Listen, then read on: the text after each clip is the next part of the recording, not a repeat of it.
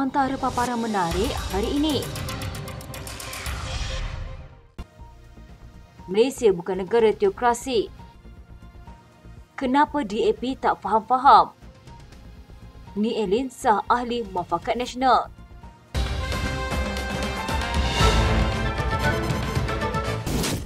Bekas Menteri Undang-Undang mengkritik respon UMNO berkenaan cadangan pindaan perlembagaan dibuat susulan pembatalan 16 peruntukan dalam enakmen Kanun Jenayah Syariah _1 Kelantan 2019. Zaid mempersoalkan jika pemimpin UMNO memahami bahawa Malaysia bukanlah sebuah negara teokrasi, sebaliknya berlandaskan undang-undang sivil. Katanya sebelum kes Ni Elin, adakah pemimpin-pemimpin UMNO ini tahu sejak 1957 bukanlah sebuah teokrasi tetapi negara dalam undang-undang sivil? Ini bermakna bukan semua hukum agama perlu dijadikan undang-undang.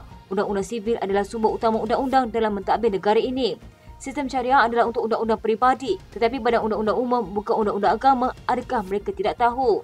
Pada Jumaat lalu, panel 9 Hakim Mahkamah Persekutuan dengan keputusan 8-1 membenarkan petisyen peguam Ni Elin Zurinani Abdul Rashid dan anaknya Tengku Yasmin Natasha Tengku Abdul Rahman untuk membatalkan 18 peruntukan dalam enakmen Kanun Jenayah Syariah _1 Kelantan 2019.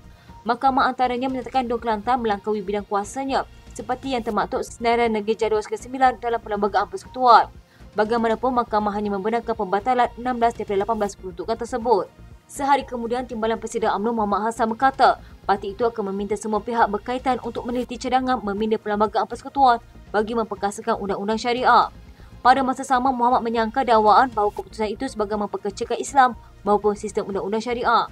Dia berkata demikian ketika mengulas cadangan pembangkang yang menggesa kerajaan dan semua pihak terlibat untuk berbincang tentang pindaan perlembagaan untuk memperkasa sistem itu. Mengulas lanjut, Zaid berkata berbanding mempertahankan keputusan mahkamah, reaksi yang diberikan ahli politik bersifat emosi dan tidak berpijak di bumi nyata. Dia berkata persoalan yang lebih penting adalah mengapa sistem perundangan syariah sedia ada tidak dilaksanakan dengan memadai. Antara lain, dia membangkitkan proses yang panjang dalam kes-kes penceraian dan tuntutan nafkah serta undang-undang yang tidak seragam untuk semua negeri. Pemimpin Parti Komponen serta gabungan kerajaan perpaduan dinasihatkan supaya lebih berhati-hati serta tidak sentiasa mengguris sensitiviti penduduk Bumiputera negara ini dengan cadangan bersifat perkauman. Ahli Majlis Kerja Tertinggi UMNO, Datuk Seri Ahmad Maslan berkata, kenyataan demi kenyataan berbau perkauman yang dicetuskan pimpinan DAP sangat berbahaya bukan sahaja kepada sensitiviti rakyat negara ini, malah keharmonian masyarakat.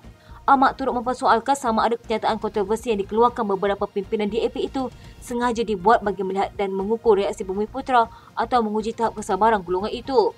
Katanya beberapa kenyataan kontroversi pimpinan DAP itu bermula dengan cadangan Lim Kit Siang berkenaan Perdana Menteri Bukan Melayu, pengurusi DAP Wilayah Persekutuan, Tan Kok Wai, Pilihan Raya Pihak Berkuasa Tempatan, Ahli Parlimen Beruas, Datuk Ngai Koham, Pakar Bukan Islam dalam Jawatan Kuasa Syariah dan pengurusi DAP Perak, Ngah Komeng, Kampung Baru Cina sebagai tapak warisan dunia UNESCO. Katanya sudah 4 pimpinan DAP mengeluarkan kenyataan kontroversi. Kenapa mereka tak faham-faham? Maka nak fahamkan mereka, saya nak berikan data terbaru Jabatan Perangkaan Malaysia 2023 membabitkan komposisi kaum negara ini iaitu Bumiputera sebanyak 70.1%, China 22.6%, India 6.6% dan lain-lain 0.7%. Jangan nak mengguris hati 70.1% itu, ia amat berbahaya.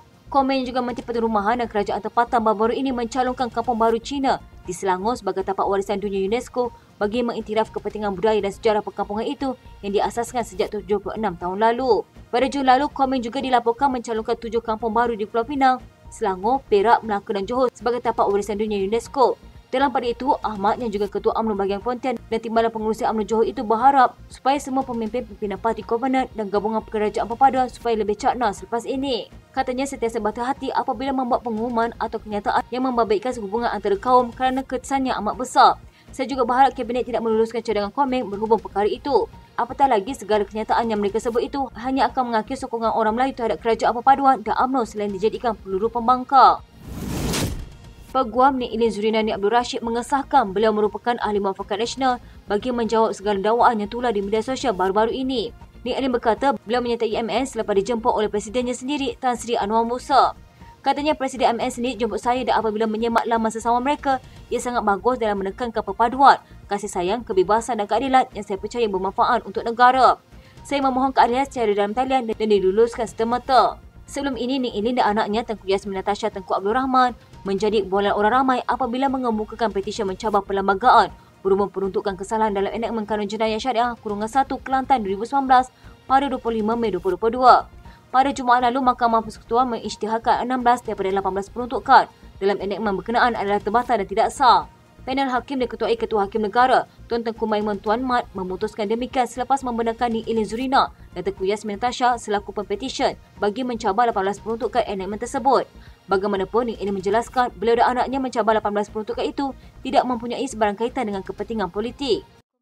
Sekian berita hangat di TV pada hari ini. Jangan lupa untuk follow Facebook Malaysia Deadline dan YouTube Deadline TV.